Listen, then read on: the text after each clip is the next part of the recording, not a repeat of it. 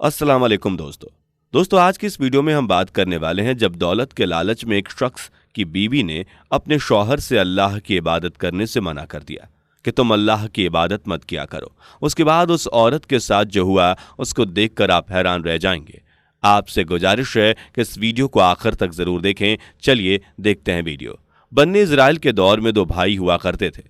बड़ा भाई काफिर था जबकि छोटा भाई मुसलमान। दोनों भाई मछुआरे थे, मछलियां पकड़ते और यही उनका पेशा था। इसी पर उनका गुजर बसर था।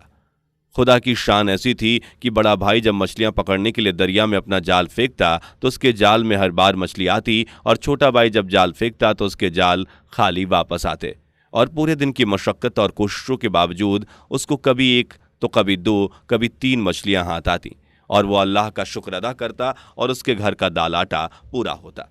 क्योंकि बड़े भाई के जाल में कसीर तादाद में मछलियां आती थीं, इसलिए वो बाजार में उन्हें फरोख्त करता और उसके पास मालो दौलत से रेल पेल थी। उसको दुनिया की हर आशाइश मुहैया थी। उसके घर में लोग शाहाना जिंदगी बसर कर रहे थे। जिंदगी का सिलसिला यूं ही रबा दबा था।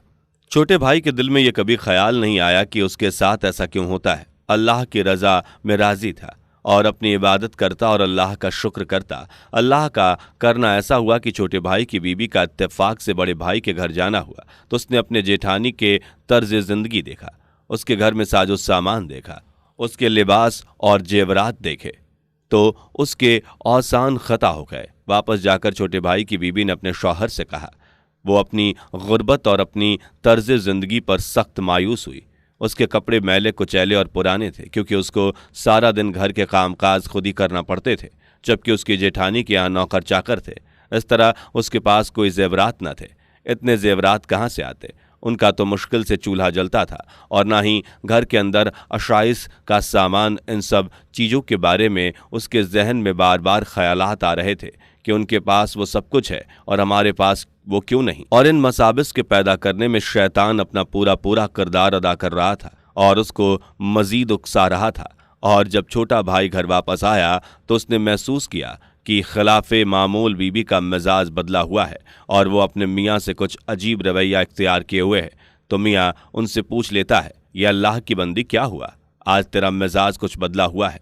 मियाँ का पूछना क्या था कि बीबी ने अपने दिल की सारी भड़ास निकाल दी और उसके सामने उसके भाई की सूरत हाल के मुकम्मल तफसीर कसी कर डाली, और साथ में ये वार्निंग भी दे दी कि मियाँ बहुत हो गया, मुझसे ऐसी जिंदगी नहीं गुजरती, ना खाना ढंग का ना पहनना ढंग का, घर में कोई साजो सामान, फकीरों वाली जिंदगी बसर कर रहे हो। मुझे तो वो सब चाहिए जो तुम्हारे भाई के घरवाली के पास है। मियाँ सख्त परेशान हुआ और उसको समझाने की कोशिश की कि अल्लाह की बंदी, हमारे पास ईमान की जो दौलत है उससे ये सब कुछ कीमती थोड़े ना है।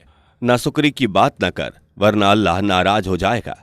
लेकिन उसका समझाना सब बेसुध था क्योंकि शैतान ने उस औरत के दिल में घर कर लिया था और उसकी बीवी का एक ही इसरार था। और उसने अपने शौहर को कहा, मियाँ अगर तुम मेरे लिए सब इंतज़ाम कर सकते हो तो ठीक, वरना मुझे तलाक दे दो। आखिर उसके शौहर ने उसको मनाने की खातिर उससे वादा किया कि वो उसको 30 दिरहम ला देगा, उससे जो वो अपने लिए जो चाहे खरीद सकेगी और उसके लिए उसे जो चाहे करना पड़े वो करेगा। अगले दिन वो मजदूरी की तलाश में निकला और मजदूरी की तलाश करता रहा, लेकिन उसे कोई मजदूरी नहीं मिली। थक हार कर वापस एक जगह बैठ गया और अपनी इबादत में मशरूफ हो गया। रोजाना मजदूरी के लिए निकलता और मजदूरी न मिलने पर इबादत में मशरूफ हो जाता। करते करते 29 दिन गुजर गए। वो शख्स परेशान हुआ कि अगले दिन का उसकी बीवी से वादा किया हुआ है, उसको क्या बोलेगा। लिहाजा अगले दिन वो एक यहूदी के पास चला गया और उससे मजदूरी के लिए बोला। उस यहूदी ने उसको मजदूरी पर लगा दिया। जब वो मजदूरी में मशरूफ था तो पीछे से एक शख्स आया और उसकी बीवी को वो 29 दिरहम देकर चला गया और साथ में ये भी कहा कि तुम्हारे शौहर की उजरत है जिसने हमारी मजदूरी 29 दिन की है, इसलिए उसकी ये 29 दिरहम है। अगर वो आज भी हमारी मजबूरी के लिए आता है तो उसको पूरी मजदूरी मिलती, लेकिन आज वो हमारी बजाय यहूदी की तरफ चला गया है। शाम को जब वो मजदूरी करके वापस लौटा तो उसकी बीवी ने कहा कि आज तुम पहली मजदूरी की जगह क्यों नहीं गए, और फिर उससे सारा मांजरा कह डाला।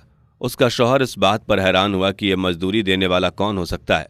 उसकी बीवी इन दिरहमों को लेकर बाजार गई तो सुनार ने 1 दिरहम के बदले 1000 दिरहम दिए। वह हैरान हुई कि ये दिरहम कैसे हैं कि 1 दिरहम के बदले 1000 मिल गए। अलबत्ता वो बहुत खुश थी क्योंकि उसकी ख्वाहिश पूरी हो चुकी थी, जबकि उसका शौहर मजदूरी मिलाने वाले मामले से अजीब कैफियत में था और उसका यकीन अल्लाह की ज़ात पर मजीद पुख्ता हो चुका था, जिसकी इबादत में वो 29 दिन मशरूफ़ रहा।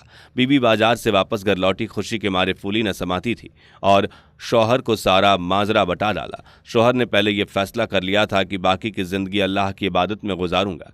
उसने बीबी को कहा कि तुझे ये दौलत मुबारक हो, मैं तुम्हें तलाक देता हूँ। और इस तरह वो बीवी को तलाक देकर पहाड़ों में चला गया और अपनी बाकी ज़िंदगी अल्लाह की इबादत और रियाजत में गुजार दी, जबकि उसकी बीवी ने दौलत की वजह से अपना ईमान जाया कर दिया। इसलिए बुजुर्गों का कहना है कि लालच बुरी बला है, यह इंसान का ईमान तक जाया कर देती है। दोस्तों, याद रहे कि दुनिया की दौलत ही सब कुछ नहीं है, बल्कि असल दौलत तो आखिरियत के लिए तोशा इकट्ठा करना है। लेकिन यह इंसान अपनी नादानी की वजह से, अपनी गफलत की वजह से दुनिया को ही सब कुछ समझ बैठता है। हर इंसान को चाहिए कि अल्लाह की अता हुई नेमतों में खुश रहे और अल्लाह का शुक्र अदा करे। अपने से ऊपर वालों को ना देखे बल्कि अपने से नीचे वालों को देखे, यूँ उसको शुक्र अदा करने की तौफीक होगी। और अपने से ऊपर वालों को देखेगा तो नाशुक्री में मुब्तला होगा